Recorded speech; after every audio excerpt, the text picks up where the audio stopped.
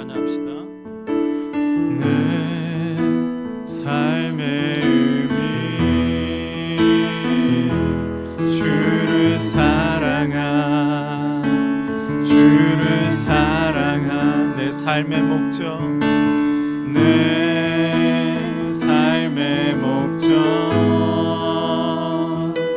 주를 예배한 다시 한번 내 삶의 의미 내 삶의 의미 주를 사랑한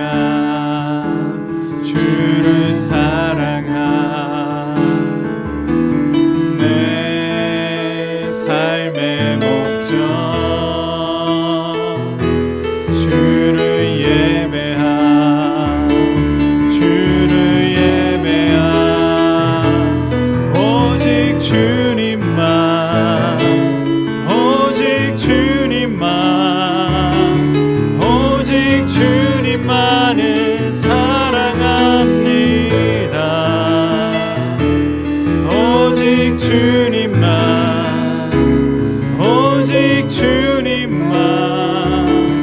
오직 주님만을 예배합니다. 모든 것이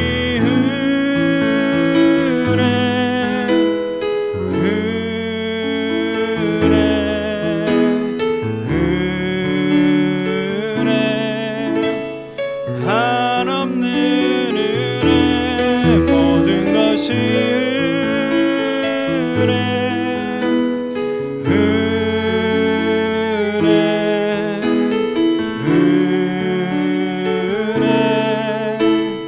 한없는 은혜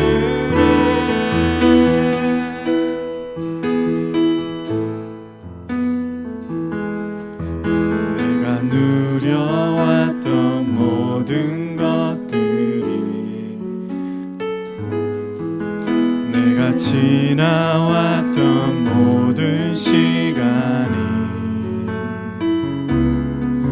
내가 걸어왔던 모든 순간이 당연한 것 아니라 은혜였소. 아침 해가 뜨고 저녁에 노을 아침 해가 뜨고 저녁에 노을 봄의 꽃향기와 가을의 열매 변하는 계절의 모든 순간이 당연한 것 아니라 은혜였어. 모든 것이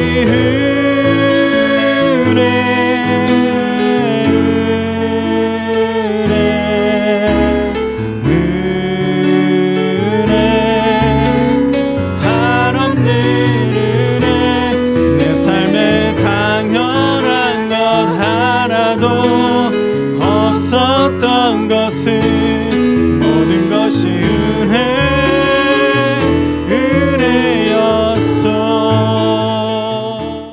이 세상을 살아가는 동안에 이 세상을 살아가는 동안에 나의 힘을 의지할 수 없으니 기도하고 낙심하지 말 것은 주께서 참 소망이 되심이라. 하나님의 꿈이 나의 비전이 되고 예수님의 성품이 나의 인격이 되고 성령님의 권능이 나의 능력이 되길 원하고 바라고 기도합니다. 우리 함께 말씀 보겠습니다. 오늘 말씀 마태복음 5장 9절 말씀입니다. 마태복음 5장 9절 말씀 한 절인데요. 한 절이니까 앞에 화면을 보시고 우리 같이 읽으시면 되겠습니다. 또 새 번역이니까요. 같이 읽읍시다. 시작. 평화를 이루는 사람은 복이 있다. 하나님이 그들을 자기의 자녀라고 부르실 것이다. 아멘. 오늘 여러분과 함께 평화를 이루는 하나님의 자녀들, 지난주에도 동일한 제목인데 한 번 더 동일한 주제로 은혜를 나누고자 합니다. 오늘 하는 대로 한 번 더 읽겠습니다. 새 번역과 개역개정 한번 다시 읽어보겠습니다. 시작. 평화를 이루는 사람은 복이 있다. 하나님이 그들을 자기의 자녀라고 부르실 것이다. 화평하게 하는 자는 복이 있나니 그들이 하나님의 아들이라 일컬음을 받을 것이며. 아멘. 예수님은 우리에게 그리스도의 십자가를 통해서 하나님 아버지와 평화를 이루셨습니다. 아멘. 이제 우리는 하나님 나라의 백성들로서 하나님의 자녀들로서 하나님의 그 평화를 이루며 살아야 합니다. 평화를 이루는 일은 하나님 나라의 일입니다. 화평하게 하는 것이 우리의 사명입니다. 그래서 피스메이커, 그것은 우리의 정체성 중에 하나입니다. 여러분들 어디에서 트러블 메이커입니까? 우리는 피스메이커가 되어야 합니다. 저는 우리 공동체가 먼저 가족이 되는 이 평화를 이루기 위해서 가족이 되는 훈련을 해야 한다고 말씀드렸죠.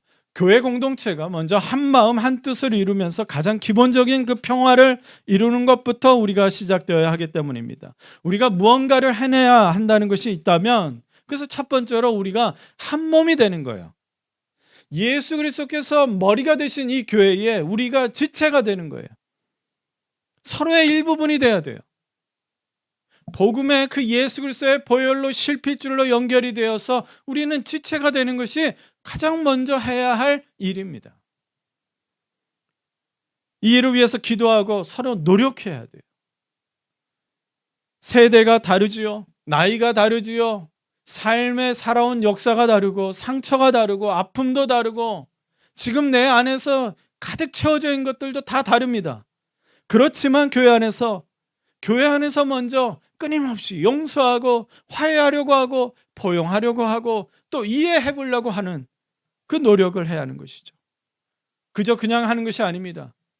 말씀을 내 안에서 채우고 듣고 외우고 또 늘 기도하면서 성령님께서 주시는 그 지혜를 가지고 이 평화를 이루어야 합니다. 왜냐하면 성령님이 주시는 지혜로 평화가 이루어져야 돼요. 그래야 주님의 그 빛과 사랑이 펼쳐지기 때문입니다. 그것은 아무나 하는 것이 아니에요. 아무나 할 수 있는 일이 아닙니다. 내 혈기로 내 지혜로 교회 공동체가 한 몸이 이루고 한 가족이 이루는 것은 내 지혜와 내 혈기로는 절대로 되어지지가 않습니다. 오직 하나님과 끊어진 관계가 회복되고 말씀으로 성장하고 그리고 기도를 통해서 죄를 회개하고 늘 돌이키고 늘 성령으로 충만하는데 성령 충만이 뭐라고 했습니까? 말씀으로 채우고 기도로 채우고 그래서 용서와 화해의 용기를 얻어야 합니다. 이렇게 성령님으로 충만함으로 우리가 평화를 이룰 수 있습니다. 따라합시다. 나는 또 그냥 입만 따라합니다. 또 제가 지금 이렇게 하고 있잖아요. 나는 평화를 이루는 사람이다. 나를 통해 평화가 이루어진다. 여러분들은 피스메이커입니다. 저는 예수님이 산상수훈을 시작하시면서 이제 팔복이라고 그러죠. 8번의 말에서 제가 이제 7번째 복을 하면서 화평하게 하는 것이 화평하는 것에 대한 것이 말씀이 더 퍼져야겠더라고요. 그러니까 알고 보니까 우리 팔복 말고 산상수훈에 주님의 말씀이 이제 화평을 이루는 자, 피스메이커로 무엇으로 어떻게 살아야 하는지를 쭉 얘기를 해주세요. 우리 주님은 우리에게 자세하게 친절하게 평화를 어떻게 이룰 수 있는가 가르쳐 주십니다. 오늘 우리 5장 우리가 9절 말씀을 봤는데 13절 말씀을 함께 보겠습니다. 13절 우리 같이 읽을까요? 앞에 보시면 돼요. 아니면 성경을 이렇게 보시면 되고요. 13절입니다. 시작. 너희는 세상의 소금이다. 소금이 짠맛을 잃으면 무엇으로 그 짠맛을 되찾게 하겠느냐? 짠맛을 잃은 소금은 아무데도 쓸 데가 없으므로 바깥에 내버려서 사람들이 짓밟을 뿐이다. 아멘. 주님은 우리 공동체가 뭐라고 했어요? 세상의 소금이다. 우리가 분명한 세상의 소금으로 살 때에 우리는 주님의 뜻을 이룰 수 있는 것입니다. 그런데 주님은요, 소금이 무엇보다 짠맛을 잃으면 안 된다고 말씀하셨어요. 이게 당연한 거죠. 당연한 거예요. 소금이 맛을 잃으면요, 어떤 역할도 어떤 영향력도 가질 수가 없습니다. 소금이 맛을 잃으면요, 버림을 받는 거예요. 그렇죠? 무시받는 것밖에 없습니다. 주님께서 이 말씀하신 소금이 짠맛을 잃어버리면, 이걸 깊이 생각해 봅시다. 소금은 짠맛 외에는 다른 맛을 만들 수가 없어요. 소금은. 그렇지요? 소금이 할 수 있는 일은 정해져 있다라는 거예요. 우리는 세상의 소금으로서 세상 속에서 해야만 하는 일이 있다라는 거예요. 세상을 위해 할 수 있는 일도 정해져 있어요. 그런데 여기서 주님은 맛을 강조하세요. 맛에 잃으면 안 된다고 강조하세요. 우리에게 세상의 소금으로서 그럼 무엇을 말씀하시는가? 맛을 잃어버리면 안 되는데 무엇을 강조하시는가? 먼저 맛을 잃지 않으려면요, 순전해야 돼요. 순수하고 온전해야 한다는 거예요. 다른 것에 섞이지 않고 아주 순수하고 온전해야 합니다. 하나님 아버지께서 아브라함을 부르십니다. 아브라함과 영원한 약속, 영원한 언약을 맺기 위해서 아브라함을 불러요. 말씀을 하기 전에 부르시는데 이렇게 명령을 하십니다. 아브라함이 99세 때에, 이삭이 아직 태어나지 않을 때예요. 여호와께서 아브라함에게 나타나서 그에게 이르시되 나는 전능한 하나님이다. 너는 내 앞에서 행하여 완전하라. 하나님 아버지는 아브라함에게 완전하라고 하신 말씀이 그것이 무엇이냐면 두려움으로, 의심으로, 마음이 쪼개지고 나눠지는 것으로 그러지 말라는 거예요. 영원한 언약의 말씀을 아브라함이 받기 위해서, 약속의 말씀을 받기 위해서는 두려움으로, 의심으로 나눠지면 안 돼요. 두려움으로 가득한데, 믿지 못하고 의심으로 가득한데, 세상살이 힘들어서 마음으로 막 나눠져 있는데 어떻게 하나님의 약속의 말씀이 들어오겠냐는 거예요. 내가 너와 약속의 말씀을 이룰 텐데 너는 행해서 완전하라는 거예요. 하나님의 말씀이 우리를 통해서 이루어지기 위해서는 하나님 아버지를 향한 순전한 마음으로 우리가 가득해야 돼요. 하나님 아버지는 모세를 통해서 이제 가나안 땅, 모세는 가나안 땅에 못 들어가요. 근데 모세가 이제 신명기서에서 마무리 설교를 하면서 너희가 가나안 땅에 들어가게 되는데 어찌 해야 할 거를 알려줘요. 제가 읽어드릴게요. 당신들 가운데서 자기 아들이나 딸을 불 가운데로 지나가게 하는 사람, 가나안 땅의 문화가요, 제사 문화가 있는데 사람을 바치는 제사가 있었어요.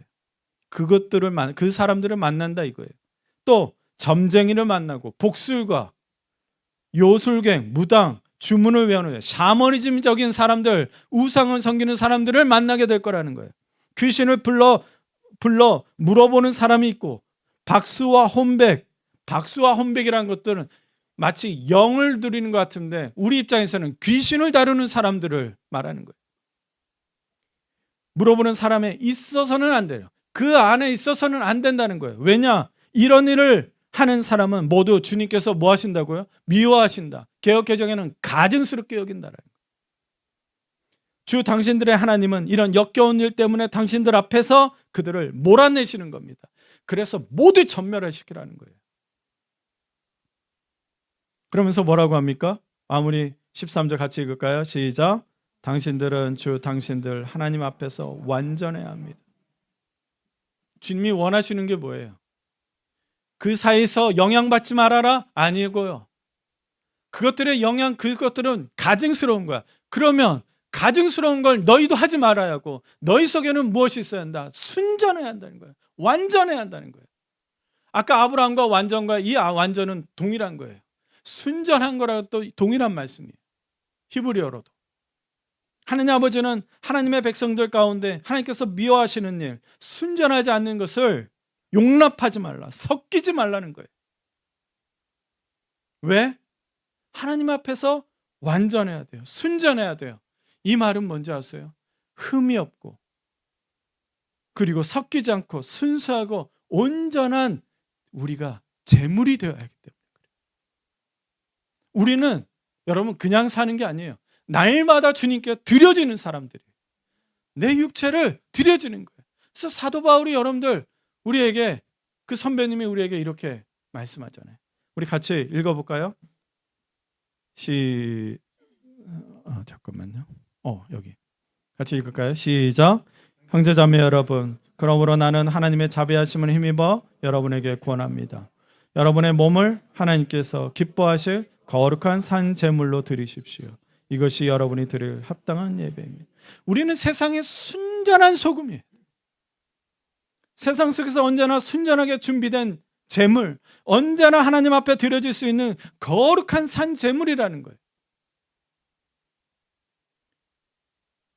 우리를 언제나 그렇게 거룩한 산 제물이라는 것은 언제나 우리를 인도하실 수 있는, 사용하실 수 있도록 하는 것이 거룩한 산 제물인 거예요.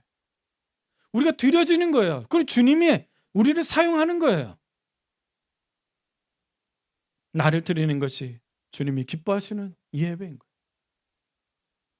여러분, 세상의 소금인데 세상의 소금은 누가 뿌립니까? 누가 뿌립니까? 우리는 세상의 소금이 돼야지. 그건 관념이에요. 그건 그냥 종교예요. 뿌려져야 한다는 말이에요. 그럼 누가 우리가 세상의 소금이라는 건 누가 뿌리신 거예요? 하나님 아버지께서 뿌리는 겁니다. 주님은 우리를 세상의 소금으로 사용하고자 하는 뜻을 세우셨어요. 너희는 세상의 소금이다. 나는 너희를 세상의 소금에 뿌릴 거야. 뿌릴 계획이 있어. 뿌릴 뜻이 있어. 그러나 순수하고 온전한 소금이 되어야지 사용될 수 있는 거예요. 우리가 순전하고 거룩한 산제물로 드려질 때 하나님이 우리를 받으시는 것이 예배인데, 예수님은 우리를 세상의 소금으로 뿌려야 하니까 가장 기본적인 맛을 잃지 않도록 해야 한다는 거예요. 구약 성경에 순전한 사람들이 있었어요. 온전한 사람으로 평가받은 사람 2명이 있었는데 노아와 욥이에요. 여기서도 이들에게 온전하다, 완전하다 말을 쓰는데 이것도 아까와 그 말씀과 동일한 히브리어예요. 노아는 의인이요 당대의 완전한 자라. 그는 하나님과 동행하였으며, 우스 땅에 욥이라고 불리는 사람이 있었는데 그 사람은 온전하고 정직하여 하나님을 경외하며 악에서 떠난 자더라. 여러분, 우리가 기억해야 할 것이 있어요. 노아와 욥이 먼저 칭찬을 받고 쓰임을 받은 것이 아닙니다. 노아는 순수하고 온전한 소금이었기 때문에 하나님께서 기쁘게 그를 부르시고 방주를 만들 수 있게 한 거예요. 하나님 아버지께서 선택하시고 쓰신 거예요. 늘 하나님과 모았던 사람이에요. 동행하는 사람이에요. 그러니까 노아는요, 의심을 안 했어요. 거절도 하지 않았어요. 방주는 몇 년 동안 지어졌냐, 여러 말이 있습니다만 기본적으로 일단은 한 50년은 일단 넘어요. 어떻게는 100년, 120년, 75년 이렇게 계산법이 다 달라요. 근데 그렇게 오랫동안 인내하면서 순종함으로 만들어낼 수 있는 사람이었기 때문에 주님이 사용하신 거예요. 지금의 저에게 그 방주 지으라고 하면 누가 그랬어요? 지금 못 진다 이렇게 누가 그랬어요? 온전한 사람으로 그래서 칭찬을 받은 거예요. 욥도 마찬가지입니다. 그는요 항상 하나님을 두려워했어요. 그게 경외했다라는 거예요.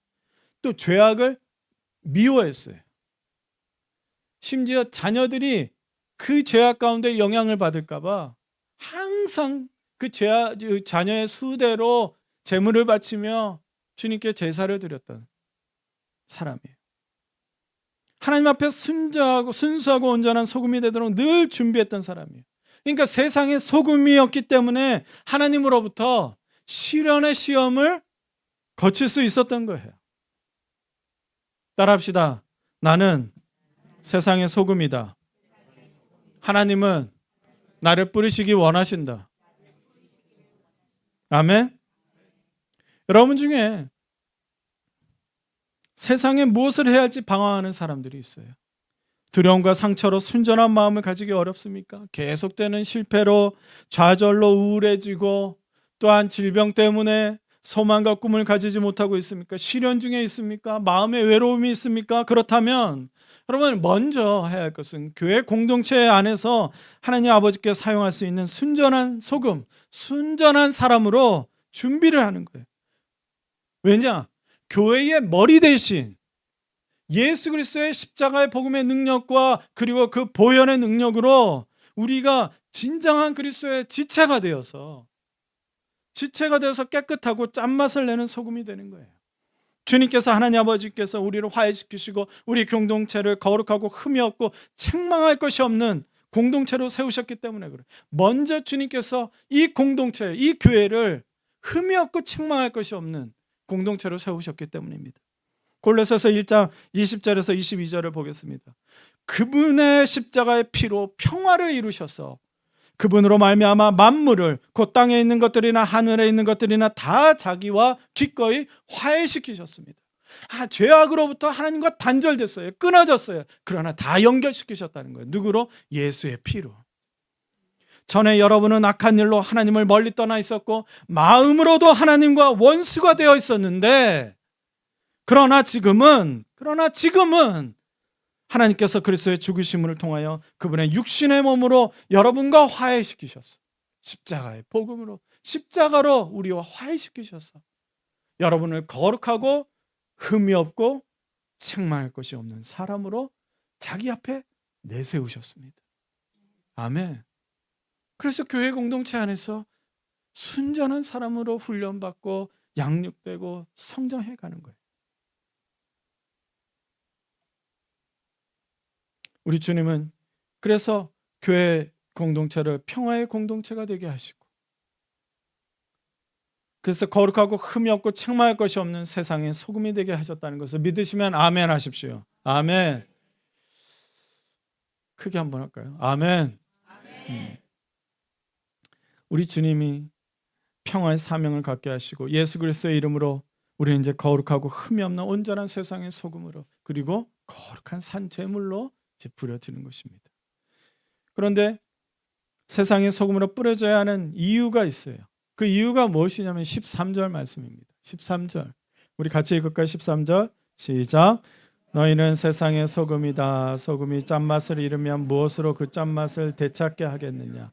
짠맛을 잃은 소금은 아무데도 쓸데가 없으므로 바깥에 내버려서 사람들이, 세상의 소금으로서 우리가 뿌려져야 하는 이유가 있는데, 그것은 그 짠맛을 되찾아야 하기 때문에. 세상은 맛을 잃었어요. 우리 한국어로 이런 표현이 있어요. 이거 완전히 맛이 갔네. 세상은 맛이 갔어요. 누가 없어서? 누구를 인정하지 않아서?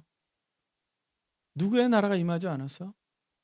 죄와 사망의 저주에서 주님은 맛을 되찾아 주셨습니다. 그것을 먼저 우리를 세상의 소금으로 회복시키신 거예요. 그래서 우리를 뿌려서 그 맛을 되찾는 거예요. 예수 십자가를 통해서 우리의 외로움과 우울증과 가난과 질병과 부정적인 생각과 불신의 저주를 해결해 주셨습니다. 이제 온전하게 짠맛을 내는 소금이 되었으니까 주님께서 우리를 세상에 뿌려서 맛을 다시 찾으시기를 원하시는 거예요. 무엇으로 그 짠맛을 되찾게 하겠느냐라는 거예요. 맛을 잃은 세상, 맛이 간 세상을 무엇으로 다시 맛을 찾겠느냐? 그것은 세상에 뿌려질 소금, 교회 공동체예요. 그리고 여러분들의 가정과 여러분들을 통해서 세상에 뿌려져서 맛을 되찾게 하는 거예요. 사랑하는 성도 여러분, 여러분들은 세상에 뿌려질 소금입니다. 그래서 우리들을 통해서 맛을 잃은 세상은요, 예수 그리스도께서 다시 돌아오게 되는 것입니다. 맛을 잃은 세상은 무엇입니까? 예수 그리스도를 모르는 세상, 거절하는 세상, 예수 그리스도를 주님으로 여기지 않는 그 세상입니다. 예수 그리스도를 영접하지 않는 이웃들, 형제들, 자녀들, 맛을 잃은 세상입니다. 따라합시다. 주님, 나를 세상의 소금으로 뿌려주십시오. 이제 더 나아가서 14절과 16절을 보겠습니다. 너희는 세상의 빛이다. 산 위에 세운 마을은 숨길 수 없다. 또 사람이 등불을 켜서 말 아래에다 내려놓지 아니하고 등경 위에다가 놓아둔다. 그래야 등불이 집 안에 있는 모든 사람에게 환히 비친다. 이와 같이 너희 빛을 사람에게 비추어서 그들이 너희의 착한 행실을 보고 하늘에 계신 너희 아버지께 영광을 돌리게 하여라. 잘 아는 말씀이죠. 세상의 빛으로 평화를 이루는 공동체를 이루신다고 합니다. 산 위에 세운 마을은 숨길 수가 없다. 이게 어떤 의미일까요? 이를 잘 모르시는 것들이 많죠. 여러분, 예수님이 말씀하신 그 자리에 많은 유대인들이 있다고 그랬어요. 산상수훈에 많은 유대인들이 있어요. 그들에게 문화가 있고 배경이 있어요. 딱 한마디 말하면 우리는 못 알아듣는데 그들은 알아들어요. 이 산 위에 마을이라고 하면은요, 그들은요 1초도 주저하지 않고요, 뭘 생각하냐면 시온산에 있는 예루살렘을 떠올려요. 산 위에 있는 도시, 산 위에 있는 마을, 그들은 시온산이 떠올라요. 산이라고 하면 시온산, 언약의 산이 떠올라요. 그리고 그들은 예루살렘을 떠올립니다. 이사야 선지자는 마지막 때에 여호와의 산 시온산이 만방에 드러나고 모든 민족이 그 빛을 보고 몰려올 것을 예언을 했습니다. 마지막 때에 주님의 성전이 서 있는 산이 모든 산 가운데 으뜸이 가는 산이 될 것이고 모든 언덕보다 높이 솟아오를 것이니, 그것은 왜 그러느냐? 모든 민족이 그리로 모여들 것이다. 그 주님께서 그 모든 민족을 불러들인다는 거예요. 백성들이 오면서 이르기를, 자 가자, 우리 모두 주님의 산으로 올라가자, 야곱의 하나님이 계신 성전으로 어서 올라가자. 주님께서 우리에게 주님의 길을 가르쳐 줄 것이니 주님께서 가르치시는 길을 따르자 할 것이다. 율법이 시온에서 나오며 주님의 말씀이 예루살렘에서 나옵니다. 모두 말씀 공동체로 모두 모여드는 거예요. 말씀으로 회복이 되고 믿음이 생기고 교회 공동체 안에 그것이 이루어진다는 거예요. 주님, 우리 교회 공동체를 세상의 빛이라고 하면서 우리의 빛을 보고 세상의 모든 민족이 주님께로 돌아오려는 것을 말씀하는 거예요. 예수 그리스도의 말씀 위에 세워진 교회는 숨길 수가 없어요. 여기에서 절대로라는 말이 들어가 있어요. 헬라어로. 절대로 숨겨질 수 없다라는 거예요. 주님이 세우신 교회 공동체는 주님의 빛을 가지고 있기 때문에 절대로 감출 수가 없는 거예요. 어떤 외부의 세력이 덮고 숨기려고 해도 그 자체가 불가능하다는 거예요. 교회 공동체에는요, 장점이자 약점이 있는데 우리 안에 거짓이 있으면 분명히 드러납니다. 주님이 가만히 두지 않으세요. 왜 그러겠어요? 세상의 빛의 역할을 해야 하기 때문에 그래요. 그래서 세상은요 우리를 손가락질해요. 그러나 우리는 감사해야 돼요. 우리는 세상의 빛이 되기 위해서 주님의 빛이 우리 안에 있기 때문에 그래요. 절대로 숨길 수가 없어요. 감출 수가 없어요. 악한 마귀 사탄이 또 우리 죽음의 권세가, 어둠의 권세가 아무리 침범해도 교회 공동체의 빛을 절대로 덮을 수가 없는 거예요. 여러분, 이 짧은 한 문장에서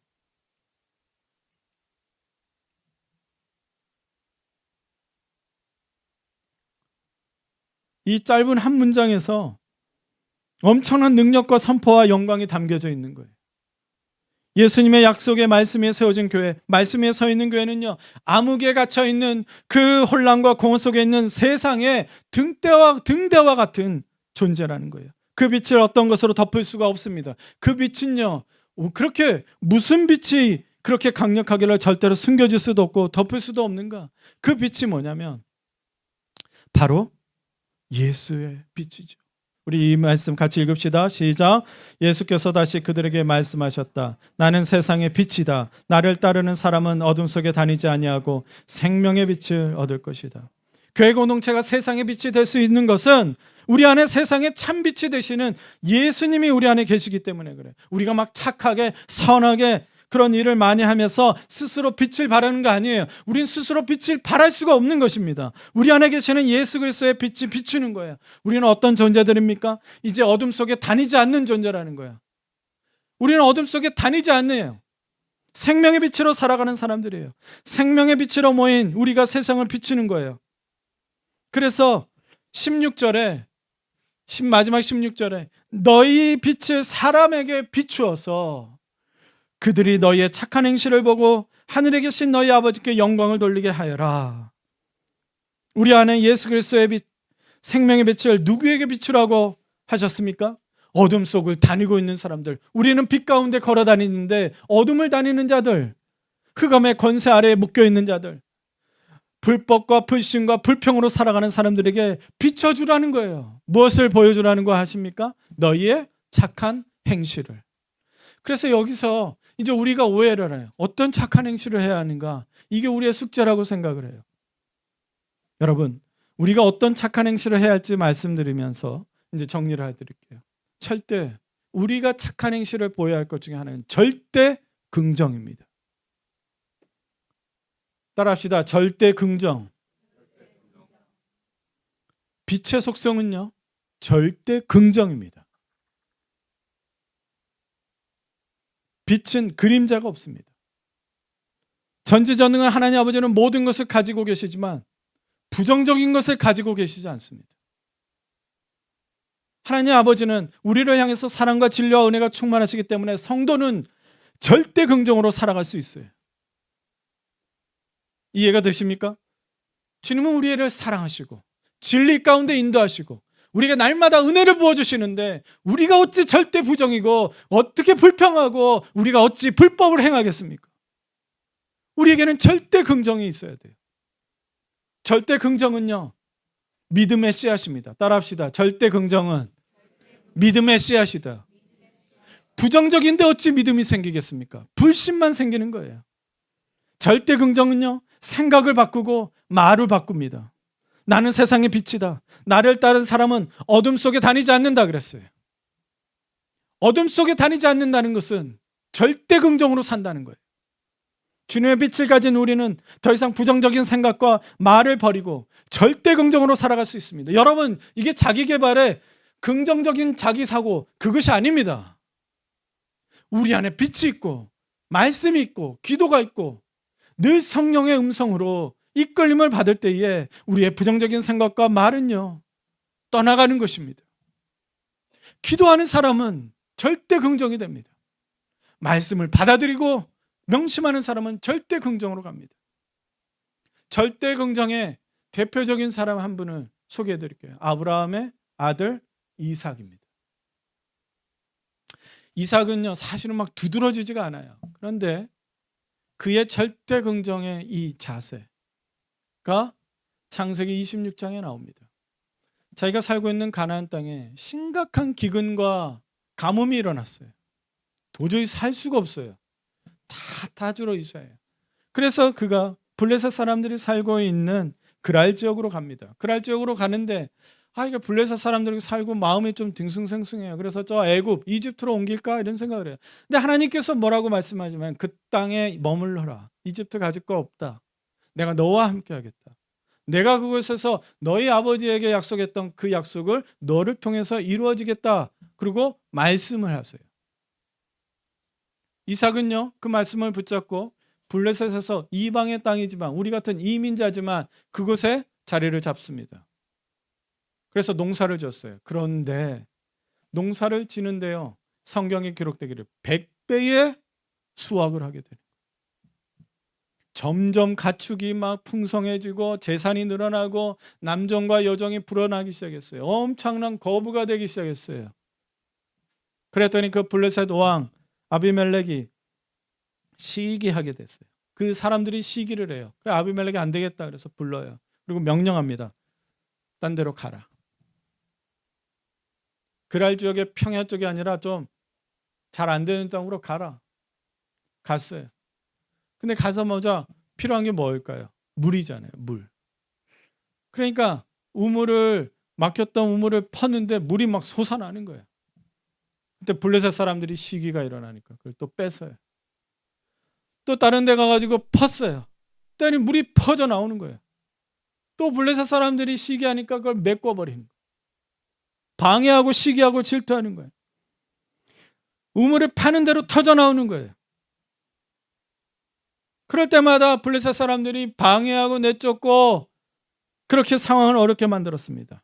그럴 때마다 하나님은 이삭에게 나타나셔서 말씀해 주세요. 내가 너와 함께 있으니 두려워하지 말아라. 이삭은 불리하고 어려운 상황에도 주님의 이름을 부르며 예배했습니다. 불평할 만도 하잖아요. 싸울 만 하잖아요. 돈도 있으니까 잘 구슬려서 그들과 타협할 수 있잖아요. 그런데 이 이삭은 하나님 말씀만 붙잡고 있었어요. 이게 절대 긍정이라는 말이에요. 하나님이 하신다. 나와 함께 하신다. 그러던 어느 날 아비멜렉이요, 국방장관, 군사령관을 데리고 왔어요. 그러니까 이삭이 얼마나 놀래요. 두렵죠. 이게 또 일어나. 또 왜 찾아왔나. 그랬더니 아비멜렉이 놀라운 고백을 합니다. 그들이 대답하였다. 우리는 주님께서 당신과 함께 계심을 똑똑히 보았습니다. 그래서 우리는 우리와 당신 사이에 평화조약을 맺어야 하겠다고 생각합니다. 이제 우리와 당신 사이에 언약을 맺읍시다. 우리가 당신을 건드리지 않고 당신을 잘 대하고 당신을 평안히 가게 한 것처럼 당신도 우리를 해롭게 하지 마십시오. 당신은 분명히 주님께 복을 받은 사람. 절대 긍정으로 우리가 세상에 빛과 소금의 일을 할 때에, 세상이 우리의 착한 행실, 절대 긍정으로 살아갈 때, 말씀을 붙잡고 살아갈 때에 그들은 우리를 보고 뭐라고 해요? 주님께서 우리에게 하나님 아버지께 영광을 돌린다고 했어요. 너희의 착한 행실을 보고 너희 아버지께 영광을 돌리게 할 것이다. 사랑하는 성도 여러분, 우리 안에 예수 그리스도의 빛이 주로 사람들에게 절대 긍정으로 비추십시오. 절대 믿음으로, 절대 감사함으로 세상의 빛으로 비추십시오. 그리고 순전함으로 세상의 소금으로 뿌려주십시오. 그럴 때 여러분들은 주님께서 사용하시는 피스메이커, 평화를 이루어서 하나님이 여러분들을 나의 사랑하는 자녀라 부르는 복을 받게 될 것입니다. 기도하겠습니다. 사랑이 많으신 하나님 아버지, 주님 우리에게 말씀해 주시니 감사합니다. 우리의 마음을 돌이키게 하여 주시옵소서.